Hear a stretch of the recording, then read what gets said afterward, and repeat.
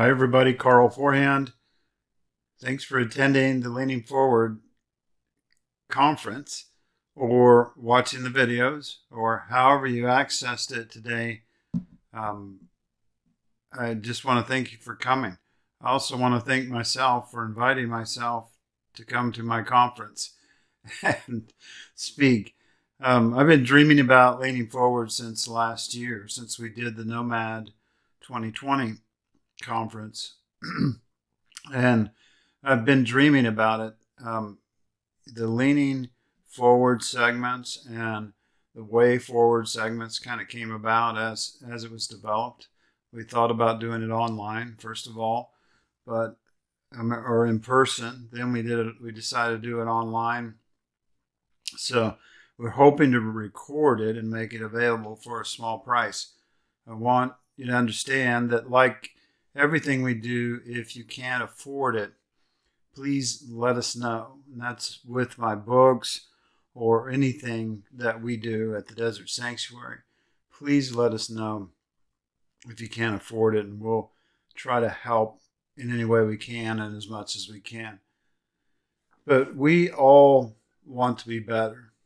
I mean, right now I want my voice to work better, to quit getting scratchy, but it's not right now.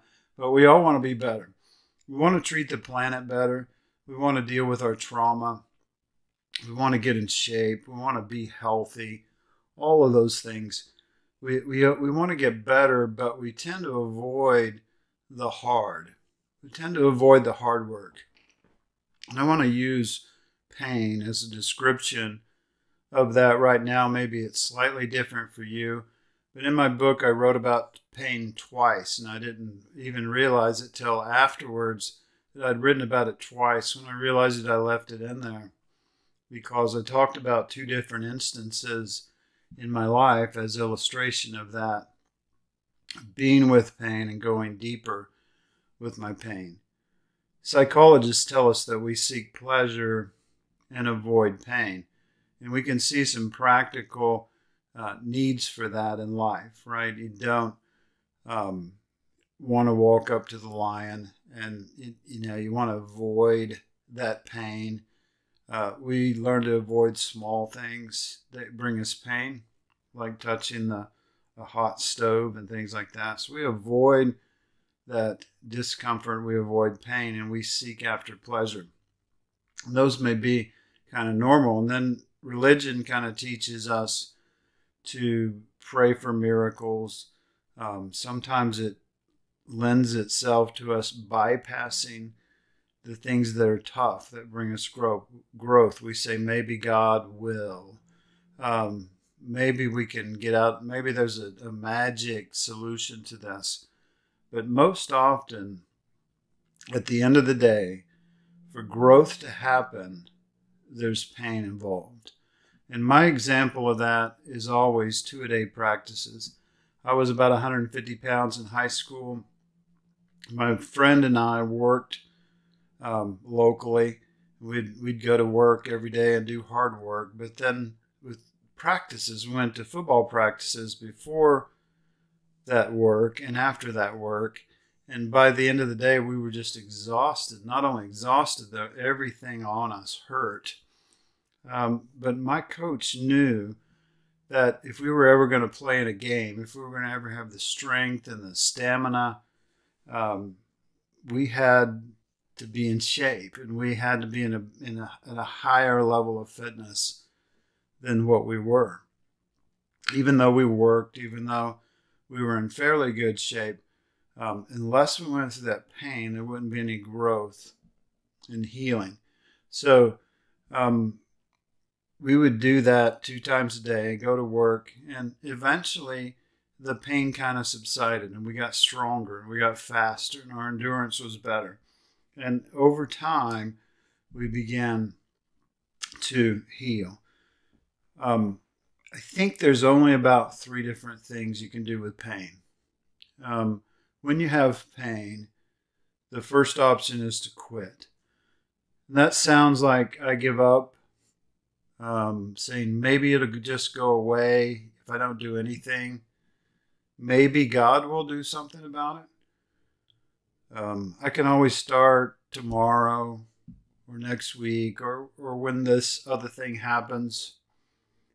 The trouble is we miss the opportunities and we stay stuck. And sometimes weeks turn into years and we wonder how we got in the situation we're in, and things tend to get worse when we do nothing about them. Almost nothing gets better through inaction. Exercise hurts at first. We've had pain because we had shortness of breath, or we had pain and we felt weak. Then we exercise and it hurt worse for a little bit, but then it begins to get better. When we quit, the thing is, we may avoid the pain of beginning the exercise, but eventually it hurts just to walk up a flight of stairs, or we get out of breath from doing simple activities. With trauma, if we don't go through the pain, if we don't lean into that, then it comes out sideways eventually. And I'll tell you a story a little bit later. The second option we have is we can numb it. So either we quit or we numb it. Numbing comes through a lot of ways, like hobbies, church activities, drugs, alcohol, food, even work. But all of those things are meant so we just don't feel that pain anymore. But not only do we not get the joy of accomplishment and healing, but the pain also gets worse. When we numb it, when the numbing agent goes away, when we're not doing the activity, when we're not working, when we're not doing more church activities, then that pain comes back, and it kind of comes back stronger. And we need more energy or more of whatever we numb with to make it go away. At church, we need more activities, we do more things, and we hope, well, that'll fix it, and that'll make it go away. But it usually doesn't work. The only real option for pain is leaning in. And I hope you've heard about that some this weekend, of leaning in. We have to feel it to heal it. We have to lean in to that pain.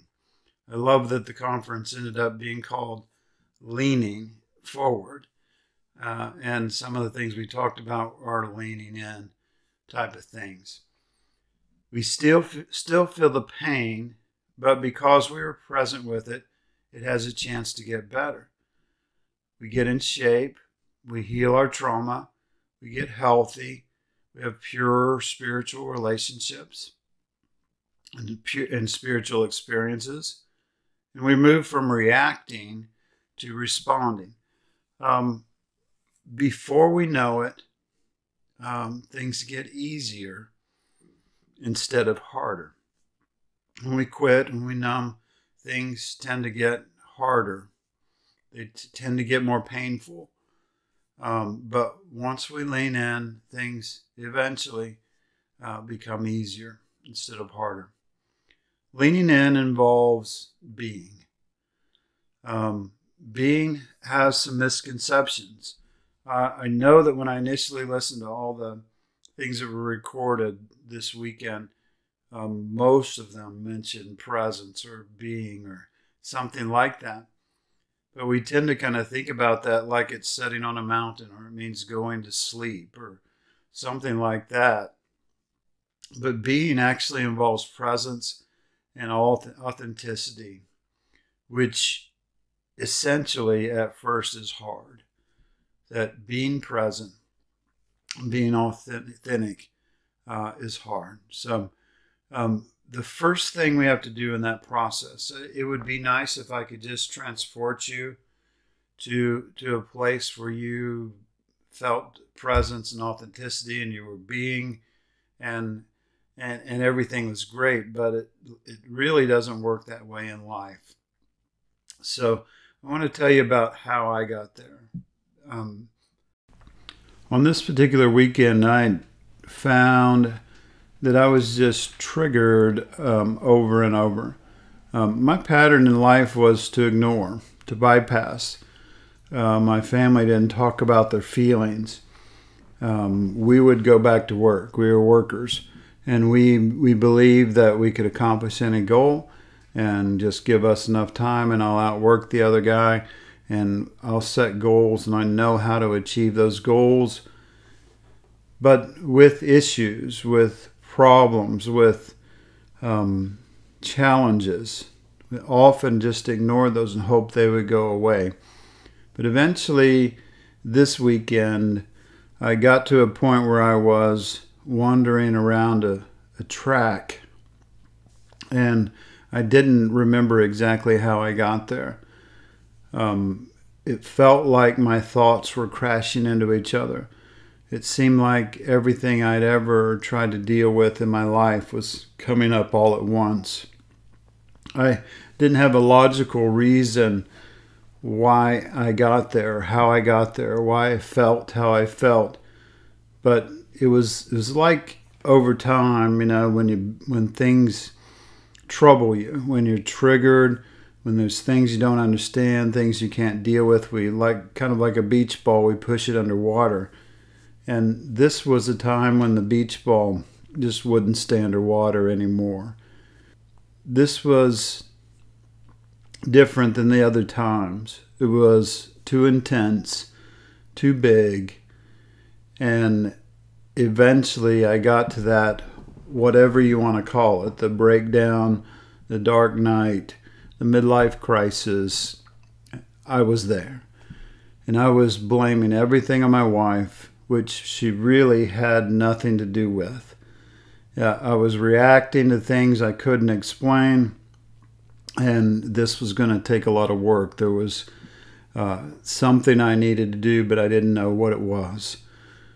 So I did the only thing I knew how to do is I went back to work. On Monday, I went back to work. And I thought that would be a good idea because that's what I had always done. Go back to work, put it aside. Surely it'll get better. Somehow, miraculously, it's going to get better, even though it never did. There was a meeting taking place outside my office, and I had to get out of that meeting, first of all, and then I had to try to figure out what I was going to do. So I called. I'd been involved in a spiritual direction program with some sisters, Benedictine nuns at Atchison, Kansas. And so I asked them if I could use the Hermitage. And I knew I was going to be there that weekend to participate in their program. And so I thought maybe if I could stay there for a few days, maybe something miraculous would happen. I talked to the spiritual directors that I knew. I texted my wife, and I started blaming people. That night I fell asleep exhausted again. And I didn't know what I was going to do. Didn't know where I was going to turn. The next morning I woke up and sat in a recliner. Someone had mentioned the book, Bringing Your Shadow Out of the Dark by Robert Augustus Masters. When I read that book that day, I felt like I didn't have any other options. I didn't have any good advice from anyone except maybe you should do some shadow work. I didn't have any plans. I didn't have a way out. And so I was reading this book and I said, well, if I'm going to read this book, this might be some of the answer. Then I'm going to take notes. So I took notes in the way that you underline everything. And I, on the laptop, was writing summary notes and outlining chapters, and I was devouring this book. Eventually, he began to talk about shadow and how the things that you push down you need to befriend, you need to be with. And he asked me to put my hand where I felt it, and I knew where to put my hand because that was the part that had just felt knotted up for 2 days, and that was my heart. So I said to this part of me, I see you, I understand why you're feeling the way you feel, and I've got your back. And I kept saying that over and over again. As my life kind of flashed before my eyes, and I would see my kids and my grandkids. Laura says to call them children, not kids. And I would say to them, I got your back. And I said that to that part of me that was hurting. Afterwards, I felt exhausted, but I also felt like I'd been reborn. I felt like something in me had shifted or changed, and it wasn't the same anymore. Dr. Paul talked to you about focusing, and so what I did was probably a form of focusing. When I leaned into it, when I leaned into this pain, something started shifting. My trauma started to shift and started to be different. A being and becoming that I couldn't have imagined started that day. The second part, after facing our trauma, is to go deeper. Mark Harris invited me to do that when I wrote down my story, when I told the complete story that I just relayed to you. It's a lot longer in the book, but after that he said, why don't you go deeper? So I went deeper with my fear. Fear freezes us, but fear also makes us vulnerable to the salesmen of the world. If they can get you to fear, then, or prey on your fear, they can sell you almost anything.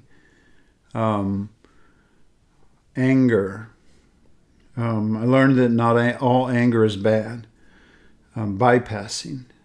So good at this. Not just at church, but in life. I got good at bypassing, excusing things away, and not dealing with them. I went deeper with my voice.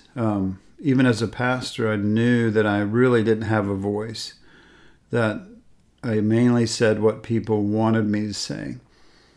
Went deeper with my critic. We all have inner critics or an inner critic. And we sometimes now call that the protector, because that was what it was initially trying to do, but it kind of went a little haywire. And as I mentioned before, going deeper with my pain, I discovered in going deeper that this life was not about doing as much as it was about being.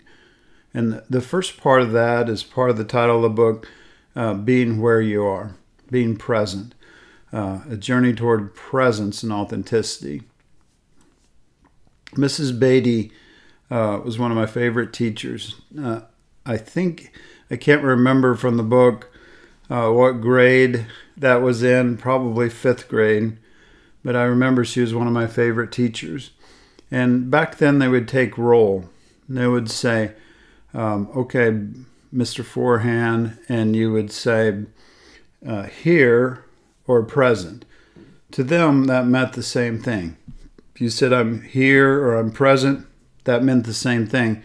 But we know now that it's two different words, right? So over the past 2 years, I've been doing some physical labor, and it's not as project related. So people say, what's the plan today? What are you going to do today? And I say, this is what I'm doing today. I'm here and I'm loading things, or I'm here and I'm on an assembly line. That's what I'm doing today. There's a time for past work. There's a time to go to the past and work. There's a time to plan for the future. But most of the time it's best to be where we are, to just be present. not only makes us more effective, but it also can heal us. Being present in the moment, being where you are, may be one of the most important things we can do. The other part of that is being who we are, to be authentic. Integrity is not just telling the truth, but integrity is being truthful about who we are. A lot of us have PTSD from deconstruction. We deconstructed our faith or our religion, and then we wake up one day saying, who am I? What do I do? Where do I go? What do I love to do? What do I believe? What's my calling? Who am I? Before we make mantras about what we should do or accomplish or overcome, I think we need to set a mantra to start becoming who we are. And, oddly enough, Elena talked about that, and I wasn't planning on that. I just listened to it earlier today. But we need to get determined to be who we are, to be who we already are.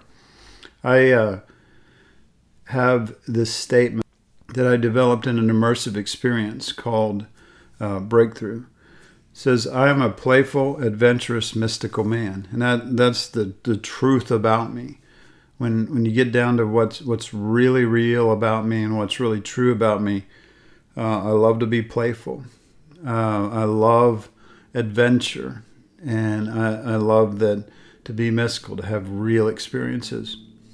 So when people ask me, what do you believe now? And I think what I believe more than anything is that I should become who I am. That I am becoming my true self. And maybe I would say I'm becoming fully human. So I wanted to read you an excerpt from my book. And this is my book, Being a Journey Towards Presence and Authenticity. But the last chapter of the book was real important to me. And I wanted to kind of share it with you and maybe close out this way, okay? Brene Brown said, vulnerability sounds like truth and feels like courage. Truth and courage aren't always comfortable, but they're never weakness. I would love to write this book just about being.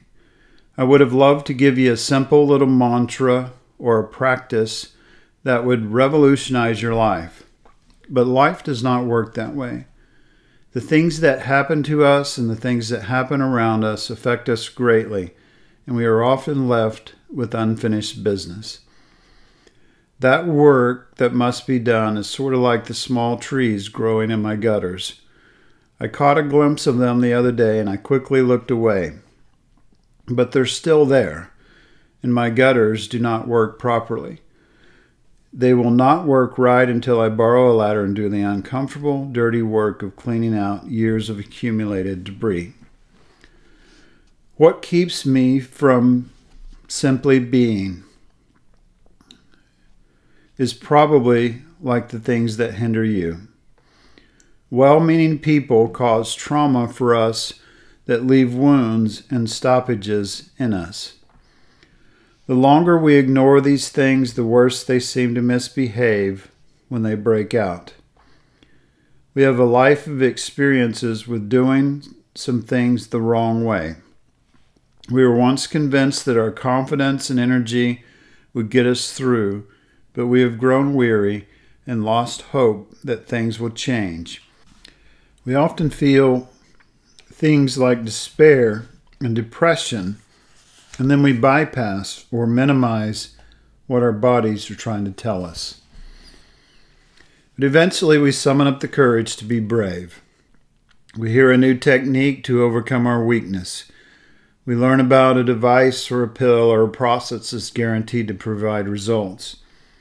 We muster up our confidence and we give it one last try. But at the end of the day, or week, or month, we are more discouraged than when we began. Why? Because the sister of courage and bravery is vulnerability. Vulnerability is not comfortable to anyone. It's like walking outdoors naked for most of us. It's like when the first punch lands in a boxing match and the contestants feel that feeling in the pit of their stomach. It's telling them, you're in danger. This might go bad. This is going to hurt. I felt it when I tried to overcome my fear of public speaking. I was trying to give an extemporaneous speech in front of a few colleagues. Just a minute, not a big deal. After 10 to 15 seconds, my mind was swimming, my face was flushed, and I felt like I was going to pass out. Bravery made me vulnerable. Courage meant that the most likely next thing I was going to feel is like I am exposed. And I was. Most of the stories I told myself were untrue. I was not going to die. They were not laughing at me. I did not sound stupid. My brain was just off on a rampage, somehow trying to protect me from a danger that was not there. We cannot get around vulnerability. The focusing sessions I do or participate in seem like the easiest things to avoid because I'm going to be physically exhausted after I do them. I'm probably going to cry, and it's literally going to be painful to examine trauma and dysfunction in my life. I hate to say it, but it's hard work. I often say the most important thing about a job or a business is just to show up for work. It's true. Most problems and performance issues can be worked through if the person will be there on the appointed days. So that is what I tell myself these days about self-care. I need to do. Just go to work. I know it's not easy, but it's always worth it. I encourage you to take the next courageous step. The journey that surrounds this book is approximately a 3-year journey. Beneath that are almost 20 years of trying to understand how humans work and what God is like and how all that matters. There are a few things about my deconstruction or shadow work that were easy, but there are very few things, I should say, that were easy, but it's all been worth it. Being where I am and being who I am did not happen overnight.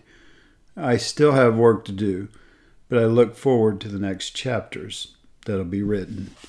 Peace be with you.